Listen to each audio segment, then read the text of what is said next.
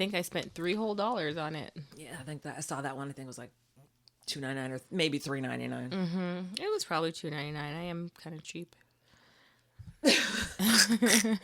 Save me a whole dollar. Balling on a budget. Brandi. It's the last day of September. It is. September's over. Wait. We are officially going into Q4.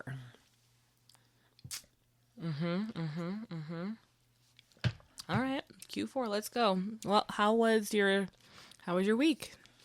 My week was cool. Went to the fair twice last week. How was the Nelly show? It was good, actually. So we had floor seats, which were they were like $50 each. Floor general admission floor. Okay. That grandstand. Why didn't I know the grandstand seating was free? I could have went in and not had to buy no damn tickets. Grandstand seating was fucking free. Okay.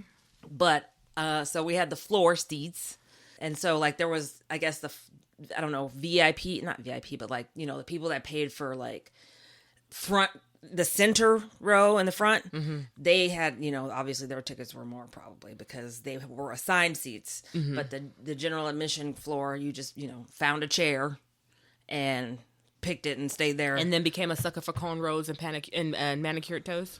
Sure. Did he sing that song? Of course. He sang that song.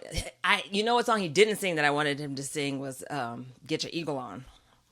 But he didn't sing that song. Drop down, get your eagle on, girl. Yeah. So that one wasn't on the set list.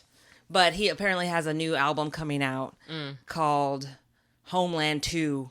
Apparently the last album was Homeland. And so now this one is Homeland 2. Is like a country-inspired album. Like, he does country a lot, though. Like, you know, he did that one song with Tim McGraw. That, it was only just a dream. And then that other one, he has a few country songs. But yeah, it was good. People were getting on my nerves because we were in the third row from the front row, and they had it where instead of ushering people around, which they could have done, they was pushing very easily. They were going around, in front of us, like in front of everybody that was, you know. And I'm like, why are they going this way? They could easily go around. This is stupid. I'm wagging my finger right now. It's just like, what the fuck? Like, y'all are in the way. But it was cool. You know, when he started singing, you know, we stood up. There was Tanner Adele, who was the opener. She's a country singer, black country singer.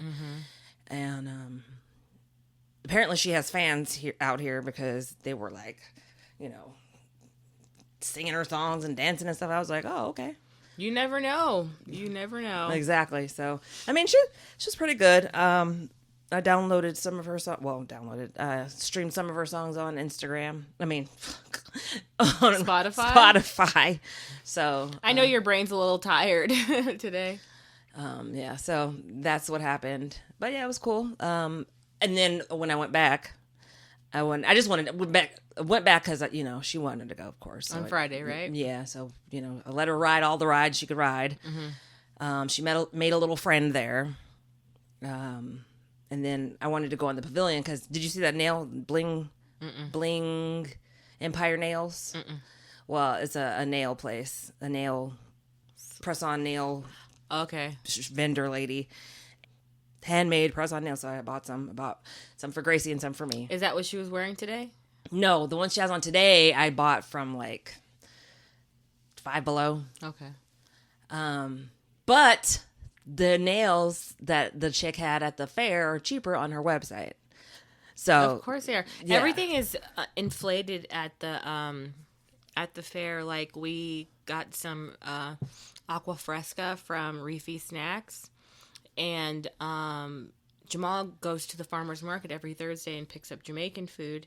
And usually brings me home one of the aqua frescas. From the same place? Refi Snacks? Yeah, from Refi Snacks. Is it the big one, like in a big tub, or is it like a... It's like in a cup. Oh, okay. Like, if you see my Instagram, this is how they look.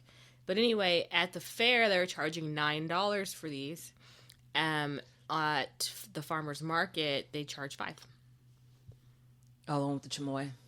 Yes, girl. Oh, okay. Yeah, I saw some people with some big Monsters. Ass, Yeah. And I was like, oh, shit. Like, those were like $15. You're going to have to pee all day. Yeah. And then, like, of course, always one bathroom is long. The bathroom that's closest to the big kid rides in the pavilion. That one. That line be long. Mm-hmm. Long. Yeah, after the concert, that one was long. So I went to the other, Smart girl. where the art is. Mm-hmm.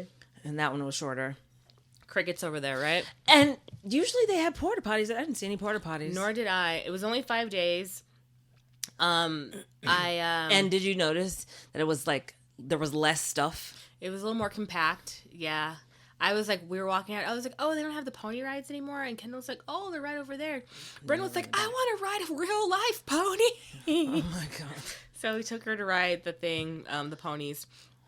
And then I didn't realize they had like a size and a height limit for certain things.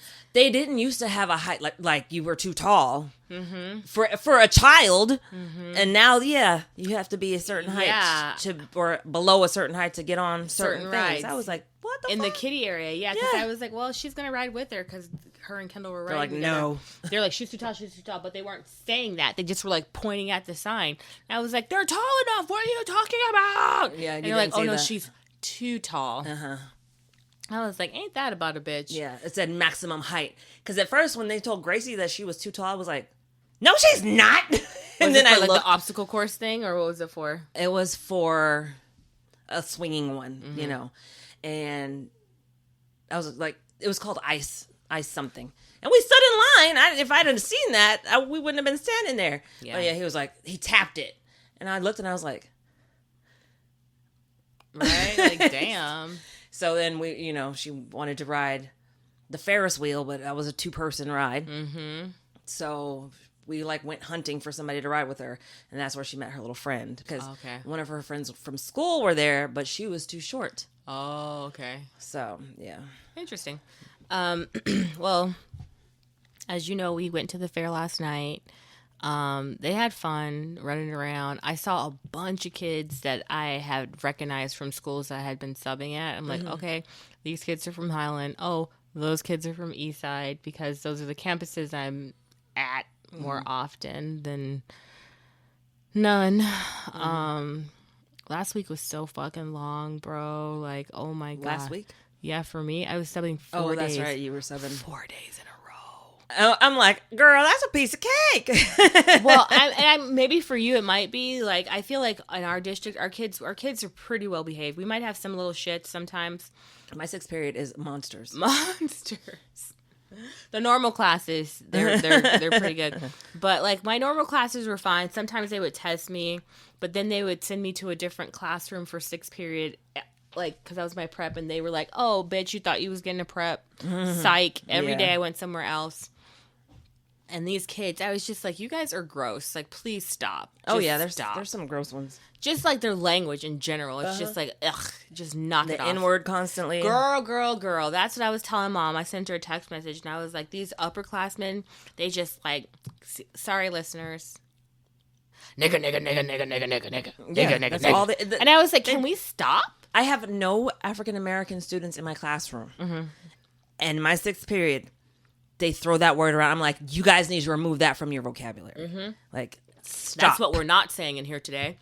Every day, I have to freaking be like, stop. You should start taking their money.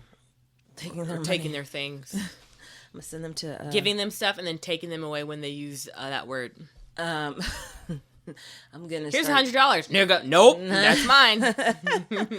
Why did a kid try to slide me $1 talking about give him a C?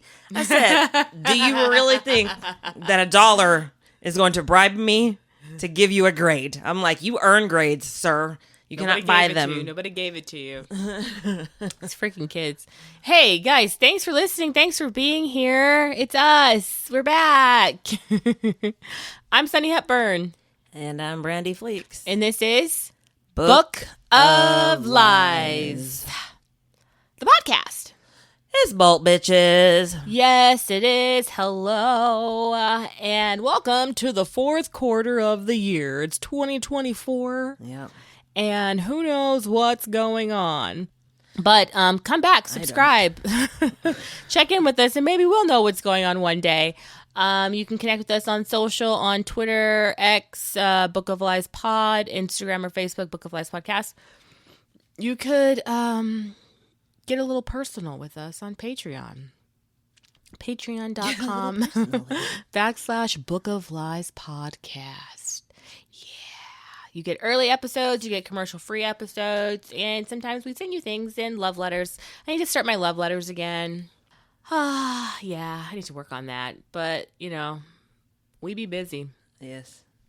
We be busy. Mm-hmm. Did you catch up on The Real Housewives of Salt Lake City yet? Yeah, I watched the first 2 episodes, and when it comes out on Wednesdays? It comes out on Wednesdays on Bravo, and then it streams on Peacock on Thursdays. Right. Okay. Yeah, so I watched the first 2 episodes because there hasn't been a third one yet. Not yet. Okay, yeah. When this episode releases, the 3rd episode shall be dropping. Okay. What are your thoughts thus far? Mary Cosby's still fucking weird, and I still don't like her. She just has a new face. That's it. Yeah, she does. She fucked with her face, but yeah, she still has the same shitty personality, and she still says the same shitty things. Heather. Okay, so this whole thing with what's her name? The other blonde. Why do I always forget her name? Whitney? Was Whitney, and they're like, you lie all the time. They were just like, you said this, you did this, you did that. Oh, blah, yeah. blah, blah, like blah, she blah, plays blah. the victim, and she, I think it's funny because, like, when they ran it back and, showed like all of the instances where she said something and then like tried to flip it and like make herself be the victim or whatever, I was just like, damn, like there's a lot of evidence. It's true. I did not say that. Yes, you did. And you told me this and this, and you told me this and this. And I was like, damn. You said I did this and this. And I'm like, oh. You said that I put inappropriate pictures and blah, blah, blah, blah, blah. I was just like, wow, okay. Apparently everybody's gunning for Whitney. You said I exploited your vagina. Yeah. Ridiculous. Yeah, so I just, it seems interesting. It's just like, okay, let's see where this goes. Yeah. Let's see how they're going to keep us intrigued thus far. I wonder if they're going to mention Jen Shaw anywhere in this season, though. I think they're trying to wash their hands of her. Was she in jail for 7 years? 9. I don't know. I guess, Teresa Giudice did her time and got back on the show, so... Yeah, she was only in for a year. Right. But Joe got, more time, right, for... Because he was the mastermind. So they say. And then he got deported. Yeah. Ain't that about a bitch? How do you spend your entire life in this country and don't get your citizenship? Some people aren't very serious about it. Some people maybe not know that they're not citizens. Some people don't care. I think it was that. They didn't care. He didn't care, and it's just like, oh, well. Oh, well. Mm-hmm. You're not watching The Circle. Nope. But my girl Katie is. Hey, girl, hey. The finale comes. The finale will be live on this Wednesday as well. I believe October 2nd is the finale of The Circle. And I just don't know who's going to win. Did people get eliminated though, right? Like people get eliminated throughout. Like people get eliminated, they bring more people in, and then all of a sudden, like the circle is set, which it is now. And right now, there's a super secret influencer who could get rid of anybody, and they'll never know who did it, who done it, who it was. And it's Meredith, and Meredith is very sneaky. Like, she likes to sow misinformation. Sounds like Meredith Marks. And is very okay with it. And, like, she's like, how do you know that? Like, I did it, but shut up. Like, it's just like, damn, bitch. Fine. But I hope she gets rid of Kevin. I don't know who that is. I'm just saying, this is me talking to the people. I don't know her. I don't know. I feel like, I don't know. I feel like Kevin has been, trying to play the puppet master, or has been playing the puppet master throughout the entire game, And some people are like, well, I don't get it. Like, what is it about him? And I see how he can be so likable and charismatic because he's like a young bro from San Diego. A young bro. But he's silly. And so I just don't want to see him win. I'm sorry if I sound like a hater, but I just don't want. Haters gonna hate. I just no. I would love, like, of course, I would like to root for all the black women. I would love to see Khadijah win, but I don't think she's gonna win because, like, she's been firing shots because the last two people who have been eliminated were her folk. So, but I don't think she's gonna win. I don't think it's gonna happen. It's either gonna be her or what's the girl's name? Rayshana. Oh yeah, I forgot about Gianna. I would like to see Gianna win. You know, I would like to see Gianna win. I don't think they're gonna let her win though, like, because she's been on the top as well. I'd love to see them win. I can't wait to see their faces when they realize who Gianna is. I'm gonna lose my mind watching it, so I'm so excited. So I'll stop with all the speculation. Brandi, what are we talking about today? So of course our story today comes from American Greed. We haven't talked about that in a long time. No, we have not. And of course the Department of Justice website. Mm-hmm. This chick is Gina Champion-Cain, and this bullshit happened in San Diego. Gina Champion-Cain. Mm-hmm. Okay. Gina Champion-Cain. Apparently, I don't know where she's from. But she graduated from the University of Michigan in the 80s, mm-hmm. and then moved to San Diego and got her MBA from the University of San Diego.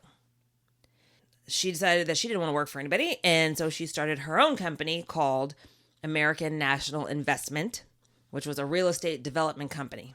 She had, like, you know, through her company and through being a real estate person, she had, you know, schmoozed with a lot of people who had money, mm-hmm. and she social climbed to be, like, you know, in the same rooms and spaces as politicians and, you know, people who had influence. Yeah, who had influence, who had some, you know, wealth, who had, like, established wealth, growing, or, you know, business owners and things of that nature. Mm-hmm.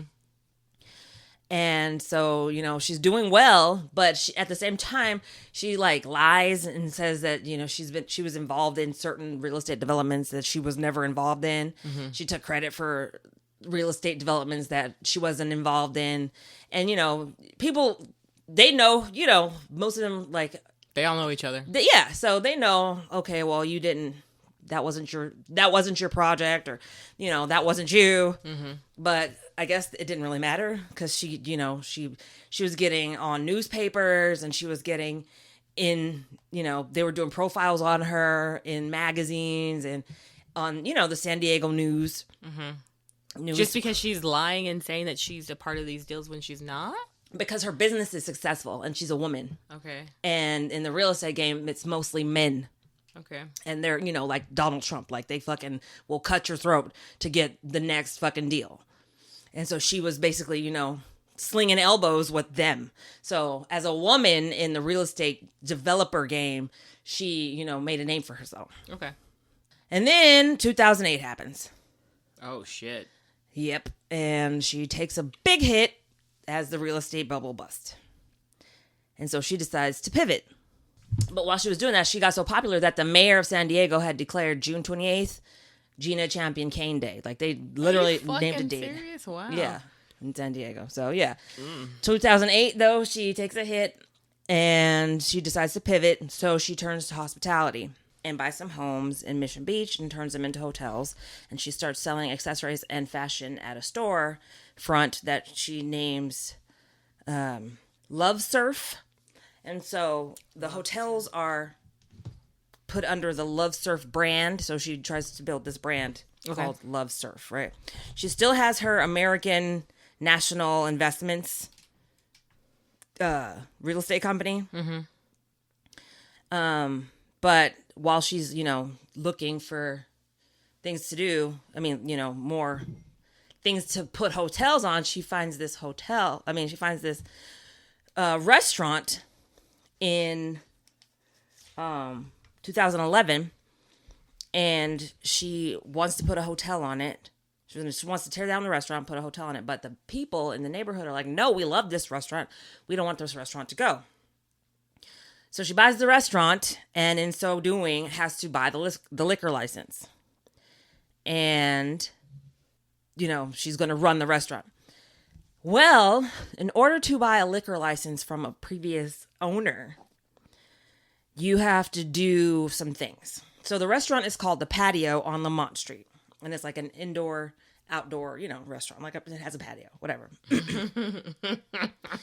But she has to buy the liquor license. And in order to buy a liquor license from a previous owner, Alcohol and Beverage Control, which is known as ABC,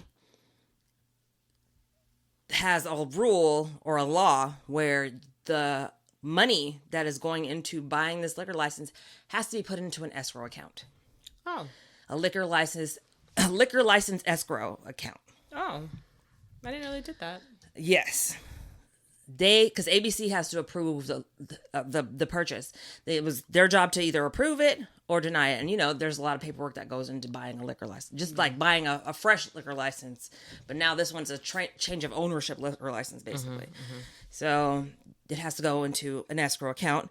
And they can decide however long they want to take to do it. So it could be a month. It could be some months. It could be years. Dang. Before they, and so it has to stay in that escrow account and sell. It's either approved or abandoned. Not knowing how long it's going to take, she's like, I see an opening. So what she does is that she decides she's going to try to benefit from this loan escrow law, rule, whatever it is. And she's going to become a lender to people who want to buy liquor licenses. Oh, my God. Yeah, exactly. People who want to buy liquor licenses don't need to take out loans. Like if they have, they obviously they're going to have the money to put in the escrow. I mean, right? Yeah. But there is a law in place where they can defer putting the money in escrow for as long as they want. All they have to do is write an email and say, hey, I'd like to defer, the escrow account until however long, whatever. Mm-hmm. I don't know why that exists. Like, why do you tell me I have to put the money in escrow, but I could just say I don't want to until this date? You know what I mean? Mm-hmm. Anyway, so she sees this as an opportunity, and she is going to start lending the money. Like, she's going to start giving loans. Basically, it's like, here's the money. You can use this money while your money is in escrow. Okay. So while your money is in escrow, I'm going to lend you this money. And then when your money comes out of escrow, the money that is in escrow goes back to me as the lender. And then I get interest. Yeah, and interest. So she gets investors. She tells investors, this is what I'm doing. I'm going to start this company. I'm going to start this loan company. We're going to loan money to people who want to buy liquor licenses. They're going to put their money in escrow. Mm-hmm. We loan them the money that they have, something fluid, something, to use, something to play with or whatever. I don't know.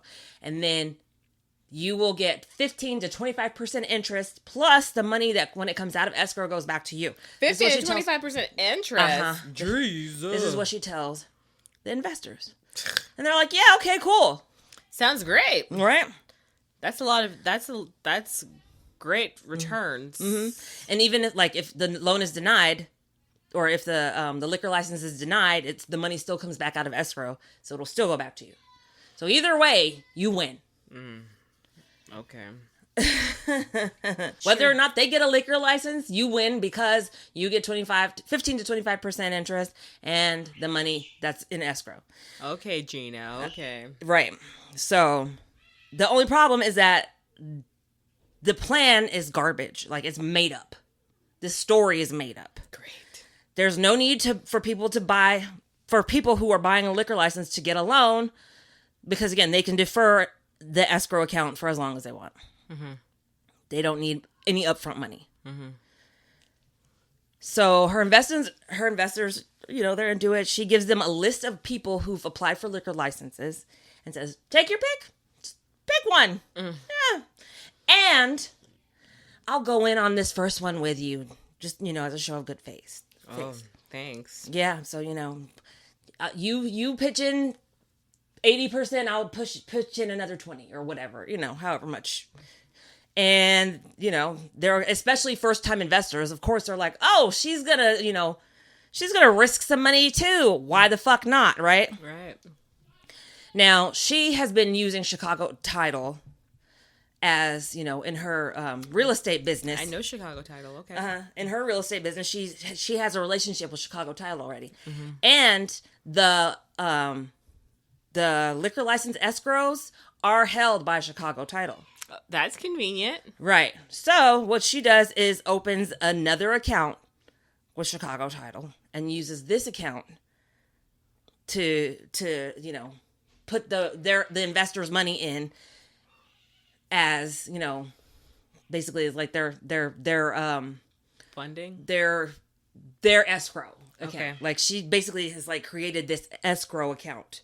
Real estate liquor license, the liquor license escrow account. Mm-hmm. She tells them that that's what it is. It's not. It is a holding escrow account. Okay. Which is an account that is basically used to hold a large sum of money for whatever you want. It's run by the person who opens it. Okay. So basically they can use that money to do whatever. Okay. It's like a personal bank account, pretty much. Okay. Okay. They don't know this. They think that they have a loan escrow account going on. And that a liquor license escrow account. Yes, thank you. Liquor license escrow account. And so she has a relationship with a couple of people at Chicago Title. And so she tells the investors that you're not allowed to contact Chicago Title. If you contact them, you will no longer be allowed to invest. Ooh. We won't be working together anymore. Okay. She tells her contacts at Chicago Title, you don't have to talk to my clients, my investors. If they're bothering you, I'll take care of it. And she's also, giving them kickbacks. There's two specific people at Chicago Title that she's giving kickbacks to. So she's giving them money. Mm-hmm. She's buying them tickets to events. She's giving them jewelry, buying them expensive bottles of champagne, things like that. No $3 red wine, right? Sweet red. So she's reaping. I mean, they're reaping a little bit of the benefits of what she's doing. Yeah. So she also created fraudulent escrow agreements, and she was forging signatures and making up signatures for employees at Chicago Title. And then she was sending them those documents to her investors. And, she was making it all look legit. The documents basically said that, this money is going to Chicago Title and they can't do anything with the money except keep it in this escrow account until the loan is approved or denied, at which time it goes back to the investor. Mm-hmm. Basically, that's, the gist of what they think. And that's what the documents say. Okay. So she eventually amasses 500 investors. Fuck. Right, because her initial investors are, they're investing with her. They're getting returns on their investment. Because I was wondering about the returns, where they're going to be coming from. They're getting returns. It's a Ponzi scheme. Yeah. It's getting new investors, paying the old ones. Paying Peter to pay Paul. Robbing Peter to pay Paul. Right. So eventually the original investors start getting other investors, and so more and more, word of mouth. Hey, I'm in this investment. It's all good. Mm-hmm. Why don't you should put your money in too. And so there we go. Well, there's a guy, a person that she went to they belonged to some club, the same club. They didn't know each other personally, but one day they end up having a sit down, and she convinces him to invest. Mm-hmm. And initially he puts in $200,000, but he's getting returns. So he's like, okay, cool. So he starts putting in more money and more money and more money. And then he decides, I'm going to open up my own company And I'm going to use the money from that company to invest in this company. Invest in these liquor licenses. So that's what he does. He opens a company and puts basically up to, it said the most amount, the most that he had invested into her company was $140 million. Jesus! Yeah. He had put $140 million into her company. And he said that he was making so much money that, he didn't realize that anything was wrong because he was making a lot of money. Right. And she was paying him. He was getting returns and he was getting... What's the problem? Yeah. So meanwhile, Love Surf, the store, there's a storefront. It's like not doing so great, the retail side. Mm-hmm. And she has an employee who's like, oh, okay, she got hired. She was, this lady was really cool. She basically was kind of like her mentor, I guess. Mm-hmm. She hired her and, they were doing good at first. At first, Love Surf was doing really good. But over, the years, the store isn't producing the way it used to. The novelties worn off, whatever. But she's opening more stores, opening new locations, opening more restaurants. And the employee's like, why are we opening more stores when we're not doing that great? We suck. We're not doing that great. The hotel. We just need a new location. That's all. Right. Let's open, why would you? Yeah. So she's opening more locations, opening more restaurants. There, she's questioning, but whatever. It seems that she's able to do this. So whatever. C'est la vie. She used basically about $60 million in her investors' money to keep her businesses and storefronts and restaurants afloat. 60 million? 60 million. Okay. And she, of course, paid herself. Because, she has to get a paycheck, Mama's too. gotta get paid. I got real women bills. Yeah, she was buying houses, of course, for herself. She was buying jewelries because you gotta have the jewelries. I gotta bling bling, baby. The clothes. She had a lifestyle to maintain. Need a little razzle dazzle. And again, she was in magazines, and they painted this Prada. picture of her. Yeah, okay. She's doing the stuff. So in 2009, this is some backstory.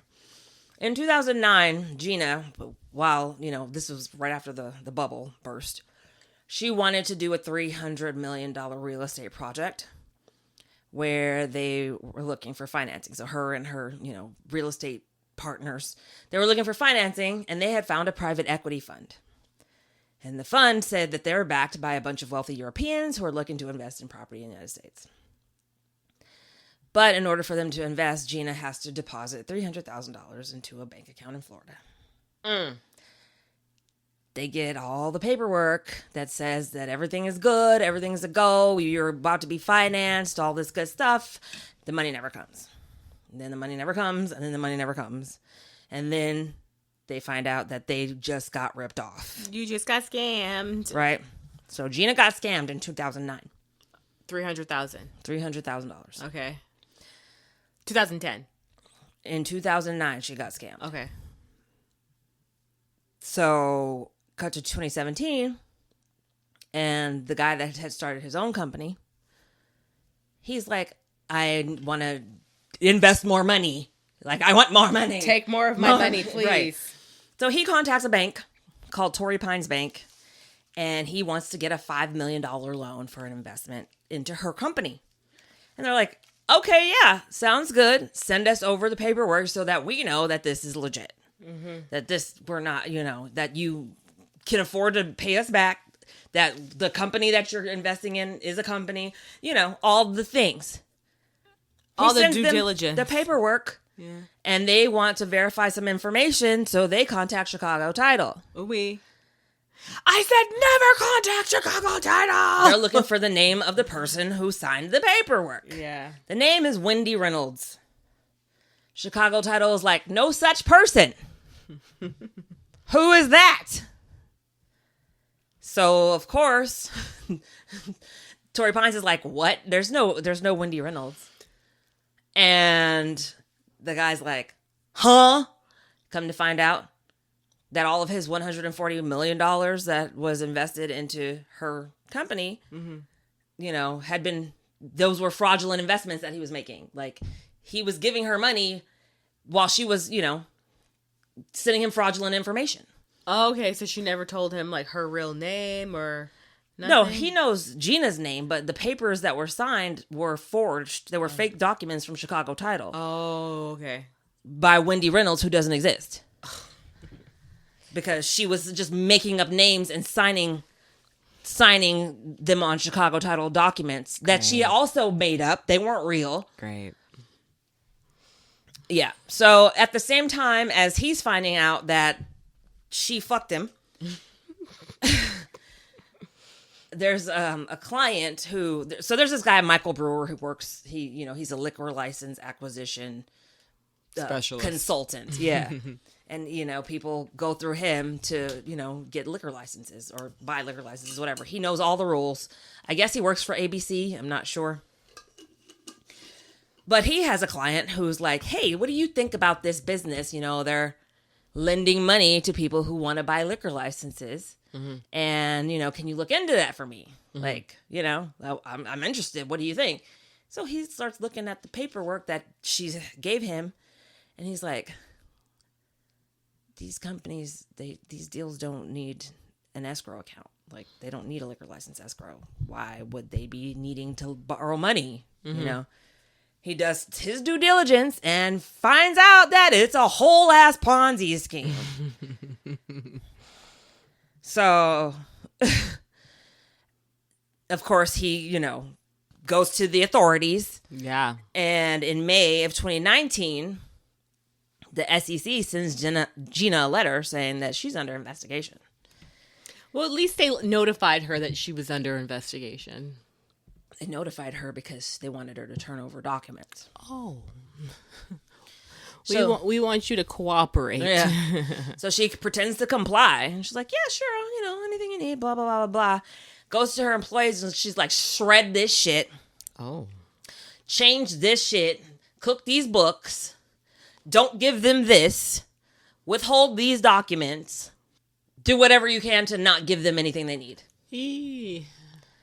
And like, she really thought that she was going to get away with like fucking trying to fuck over the SEC. And so while she's doing that, she's also going to her investors talking about, hey, so you want to invest another, you know, however much money. She was trying to get another $150 million out of her investors because she thought that she could make it go away. Make the SEC go away. Make everything good. That's what she thought she could do.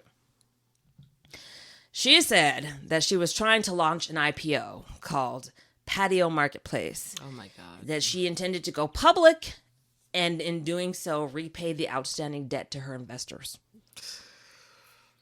By going public and selling shares of your fucked up company? Cool. Yep. Cool. On August 28th, 2019, the SEC puts a hold on her finances, so now she can't do anything. You have nothing. Unless you have cash, you can't do shit. You can't say shit. You can't do shit. You can't buy shit. You can't go nowhere. You're fucking stuck. Nobody's trying to give you any money now. They know you're fucking being investigated by the SEC. So what is she gonna do? She gets fucking arrested.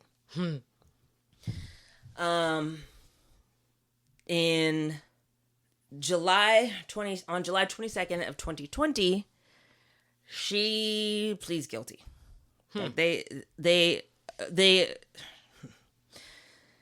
She pleads guilty to fabricating documents, forging signatures, and telling investors lies. They're fake. Oh, that's not what she pleaded guilty to. She admitted to doing these things when she pleaded guilty. She used funds from she admitted to using funds from new investors to pay back others whose investments would soon be redeemed, and embezzled funds to support her other businesses and her lifestyle. She and her co-conspirators, apparently there was another guy who got 4 years, They kept the scheme going by, among other things, fabricating documents, forging signatures, and telling investors lies through fake email accounts, so that when investors attempted to double check on their investments with third parties, being Chicago Title, they were often really communicating with the defendant and her employees. She pleaded guilty on July 22nd, 2020, and she admitted that she had raised more than $350 million from investors by promising to use their money to make loans to business owners who were attempting to acquire California liquor licenses. On March 31st, 2021, she was sentenced to 15 years for masterminding a massive years-long Ponzi scheme, obstructing justice, hiding and destroying evidence from federal investigators. So yeah, that's what she did. She is in prison now, 15 years. I'm sure they took all her shit though, like all of her property. Oh yeah, it said that they were able to get back some stuff, some money. But I'm sure, and it didn't say that she was going to have to like repay them. So she should have to pay them back, but well, hopefully they have like some type of again, she bought houses, she bought jewelry, like businesses, all the shit that she amassed while she was doing this. I'm sure they cashed that shit in. Mm-hmm. Yeah. Got some money back from her well, the hotels, like she did the hotel thing. She started doing that before she started this Ponzi scheme, but I'm sure they probably were like, no, you don't. I'm sure you don't some get to of her have your money businesses was like, anymore. yeah, no, like you do not pass go, do not collect $200. We collect your $200, bitch. Yep. Sorry, didn't mean to call you that, but that's what happens when you mastermind a Ponzi scheme. Yes, and she did it knowing that what she was doing was a Ponzi scheme. Like, it wasn't like, oh, I thought it was legal. She's not Jan Lewan. Like, she didn't know it wasn't legal. I didn't know this was not legal. She made up a business. Yeah. Made up a concept and was like... And built a web of, like, tunnels and mazes in the back end so they couldn't figure out none of those liquor license applicants were trying to get loans. She never contacted any of them about, hey, we have this loan, because you don't have to. Right. So, yeah. Wow. Some people are just evil. Wow. And she took note from when she got scammed, how they provided her with documents, kept her, that's why you gave me that back end that she got scammed. Because she learned by getting scammed how to scam. Fuck. Hurt people really hurt people. Oh, it's unfortunate. Yeah. Oh gosh, watch out with just join us on Patreon. We'll save your money. It's fine. It's $2. Come on, you can do it. I need to donate to Wikipedia before the end of the year. They like to come and butter me up. They're like, "Damn girl, you're a unicorn. You give us money. Come on back, baby." Wikipedia, stop. That's scary. I'm afraid. So we do donate money to, companies like that. All right. We watch anything new lately? Any thumbs up? What do you want to tell us about? So actually, I started watching Kung Fu. Like the series. genre? The series. Okay. So there was the Kung Fu that came out in the 70s with David Carradine. Okay. But there's a new series, Kung Fu, and it's a girl. What is it on? Chinese American. I guess it comes on the CW. Okay. It's on Netflix. I think it's on Netflix. It wasn't my idea to start watching it, but we started watching it, and I was like, oh, okay. The first episode, I was just like, how like the first episode is one of it's a little shaky to make a break. Yeah. And so I was just like, ugh. But then it started getting good. Mm-hmm. So I think there's 4 seasons now, 3 or 4. Oh. Yeah. So it's a girl, Chinese American girl. She goes to China. Like her mom sends her to China after she graduates from college or law school or something, because she has a white boyfriend. The mom doesn't want her to marry the white boyfriend. She wants her to marry a Chinese boy or Chinese man. So she sends her to China try to hook her up with this guy, and like, you know, she's like, oh my god, my mom's controlling my life, blah, blah, blah. She escapes and like jumps in the back of a truck, and it's a monk, but it's a female monk, a female Shaolin. She goes to the Shaolin temple and trains in Kung Fu. And so, you know, she becomes a fucking Shaolin Kung Fu monk lady. Wow. And so the monastery is attacked, and, you know, we find out all the backstory about why and all that stuff. But it's pretty good. And then, you know, she comes back to the States after the attack to reunite with her family. And her family is a crack up. I love her dad. And it's just, you know, it's an interesting show. Like, I don't, you know, wouldn't pick a Kung Fu show to watch, but it's actually pretty good. And then also The Equalizer, because Mom watches The Equalizer. But we started watching The Equalizer, and so I guess I'm going to have to start watching The Equalizer. Like, because it's, you know, it's good. So, yeah. It's all about the Queen Latifah that makes it good? I mean, the story, you know. Good writing. She's, I'm like, girl, nobody your size is running away from an explosion, but okay. Okay, writers. But it's good. So, yeah. What are you? Are you watching anything new other than, well, The Circle's not new. You said you were watching it last time. I'm obsessed with The Circle. Nothing. I don't really think I'm watching anything new. I'm really into Agatha all along. Okay, so. I will, no spoilers. I need your password. Because we can't log in at Mom's house. It kicked, you know how it, like, if you don't watch for a while. Yeah, and I think I changed my password a while ago. I guess I'll give it to you. So you haven't seen anything? I haven't seen any of it. I need your password. Okay. So I'm enjoying it. I'll give you the login creds so you can catch up before next Wednesday. Okay. I was watching Dancing with the Stars today. It's one episode, right? Or There's 2 episodes out thus far. Anna Delvey has the ankle monitor on. Mm-hmm. You're welcome. We got you to Dancing with the Stars, bitch. That's right. I said it. I mean, other than that, just, you know, plugging along. I had my open house. I had like 3 folks come in to check out my open house. Oh, that's fun. I was talking to one client today, and she's like, I'm still thinking about it. You know, blah, blah, blah. Don't think about it. Do it. Buy the house. Buy the house. Like Yoda said, there is no think, just do. Just do. Actually, he said there is no try, but it applies still. I have an event coming up this weekend. I actually have 2. I'm doing a double header. So Saturday, we have our 8 a.m. soccer game. I was able to get that pushed to 8 a.m. Pushed? What time was it supposed to be? I have no idea. I asked. You were like, I need the early. I need the first game, yeah. Okay.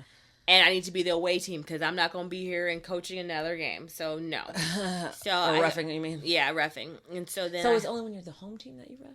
The home team is the one that's obligated to officiate the following game. Oh, okay. So then I have the pop-up event at Grocery Outlet. We're like kicking off the Halloween season. We're giving out candy. I'll have my delicious dog biscuits there for purchase. And whatever else I've got in my bag of dog stuff. Doing that. And then after the pop-up at Grocery Outlet, I'm going over to Coach's. That's the, what's it called? Trunk or treat? That one's not the trunk or treat. Okay. This one is called something else. But it is called Halloween Pop-Up. It's just called Halloween Pop-Up. Okay. Halloween Pop-Up, October 5th from 10 a.m. to 3 at Grocery Outlet parking lot. And then after that, I'm going over to Coach's because they're doing their Grocery Outlet. Not their Grocery Outlet. They're doing their, Coach's is doing their chili cook-off. Oh. I didn't know they had a chili cook-off. And they're having vendors. So, the person who's orchestrating it asked me to be a vendor. She's like, oh, are you doing the pop-up at Grocery Outlet? I was like, fuck yeah. And she's like, oh, you should come mosey on over to Coach's when you're done, you know. Oh, so she's like, you're going to work some more. Woo! Right. So this one is a chili cook-off, Bring the Heat. It's from 2 to 5. And tasting cups are $5. What? And all of the funds are donated to Vets for Veterans.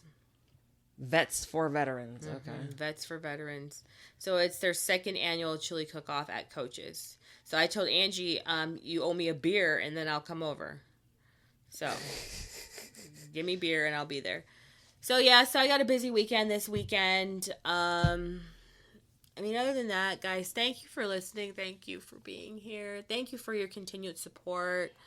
Share us with a friend if you're enjoying what you're hearing. We're better with buddies, so you can talk about us. Connect with us on social, on the things, Book of Lies podcast, on Threads, Instagram, Facebook. You can check us out on patreon.com. There is bonus content there. We need to do a bonus episode for Patreon. Okay. Let's get it done in 2024. This year we have 2 months to get that out. That's fine. And again, thanks for being here. Thanks, patrons. We love you guys. And I'm Sunny Hepburn. And I'm Brandi Fleeks. And this was Book of Lies, the podcast. It's bold, bitches.